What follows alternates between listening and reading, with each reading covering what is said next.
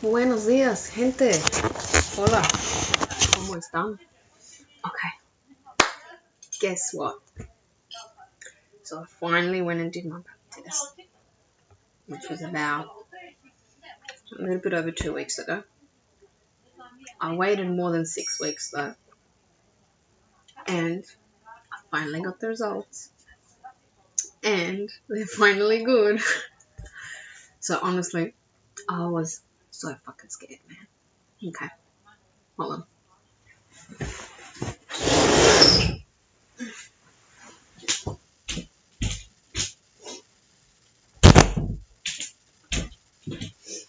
Okay. So I was fucking petrified. So when I did the PAP 2.5 weeks ago, I asked I did a local doctor, GP. I asked, what does my cervix look like? Because I know that, you can still be in the process of healing after Escharotic treatment. But because I literally let, I think 8 weeks go by, maybe even 9, I don't know. I would have thought that, the cervix was already healed. She said to me, at around the 5 o'clock area, it looks like a little bit of scar tissue. And that was exactly where my final CIN was visible, at least on the what's it called, on the photos that Nick showed me. And I was like, all right. But then I thought as well, maybe, just maybe the sex that I was having could have maybe provoked it a little bit more. Because like I said last time in one of the posts, when I went back after a month and a half, the cervix was healed, but the cervix is like a nice pink color, a light pink color. When I went back, it was like a medium pinky color. So that's what I meant by it's not completely automatically all healed. So I think any little maybe rough penetration will maybe possibly cause a little bit of scarring. I don't know. Like I said, I'm not 100% sure, but that's just my thinking around it, logical thinking, even though I'm not an expert in this, but hey. So, back onto the results. So fucking petrified. I can't explain to you people how, you guys already know, I was fucking petrified.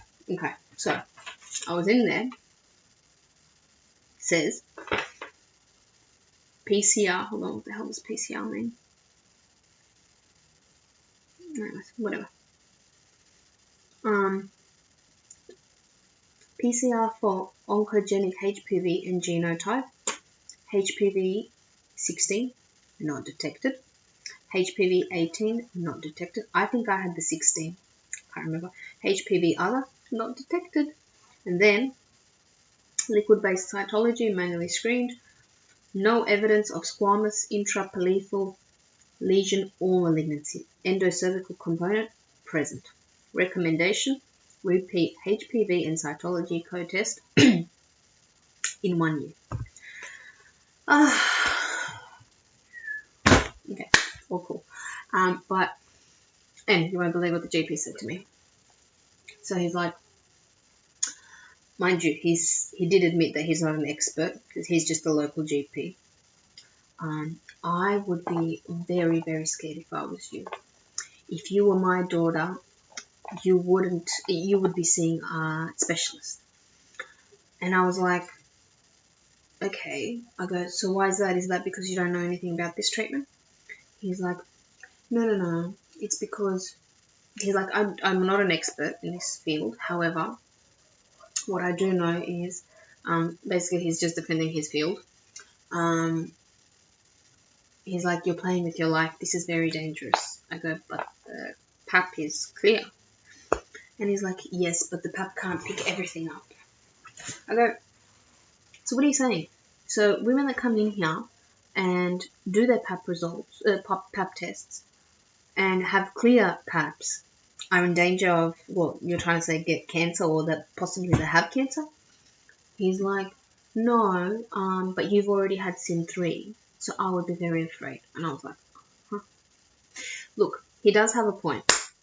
To be honest, in reference to the most recent conversation that has been circling around the canal cells, which I think are called glandular cells, from what I understand, they're a little bit different.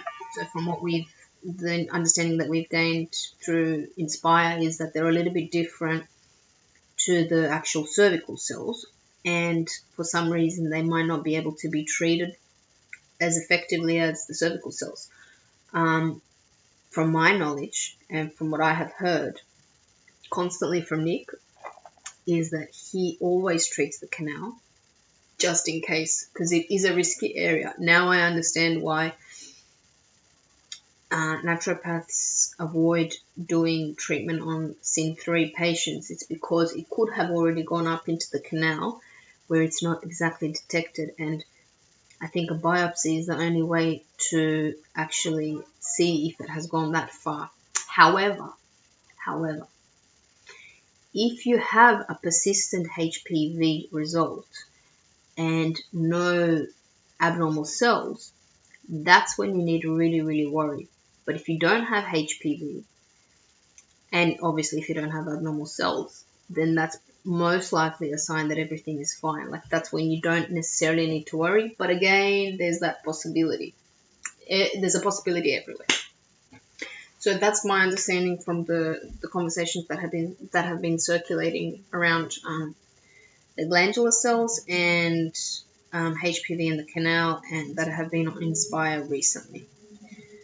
Now, what I'm going to do, and I'd probably suggest is, because of this issue that came up, this conversation that came up not long ago, I would probably just suggest for women to do a colposcopy as well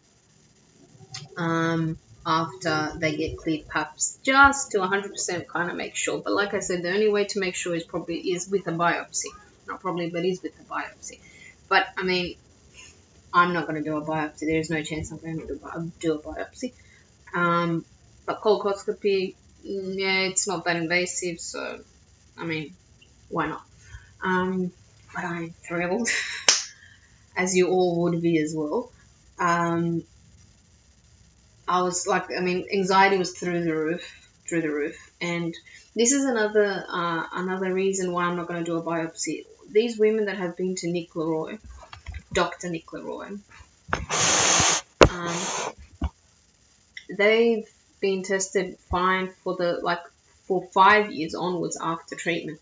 There are so many women on Inspire. He has thousands and thousands of women in his computer that have been fine.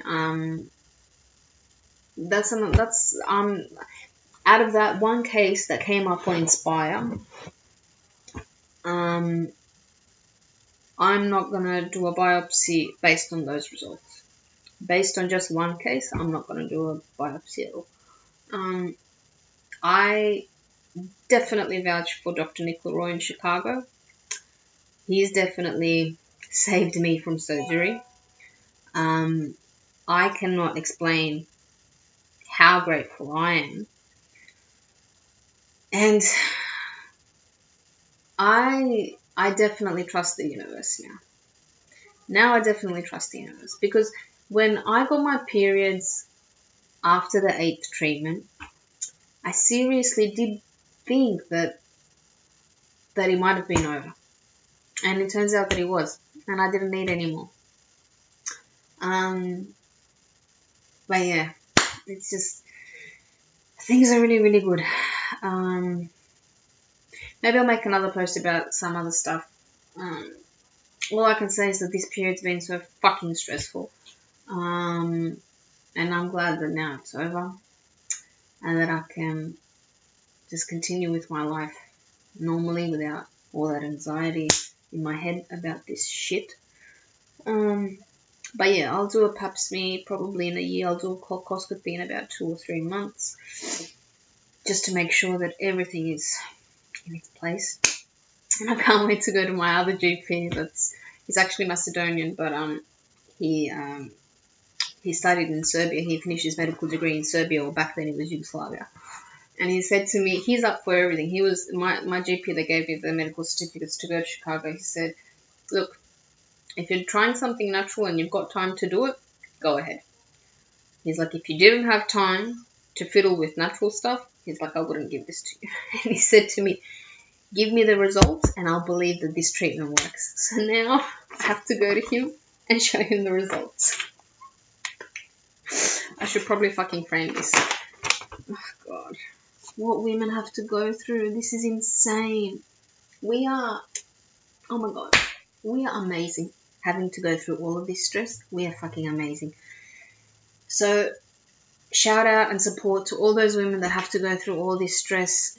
If you ever choose to do Escharotics, I really hope that all these posts that I have made help you make your decision. I genuinely hope that all these posts help all these women out there, because I really wish that I had it.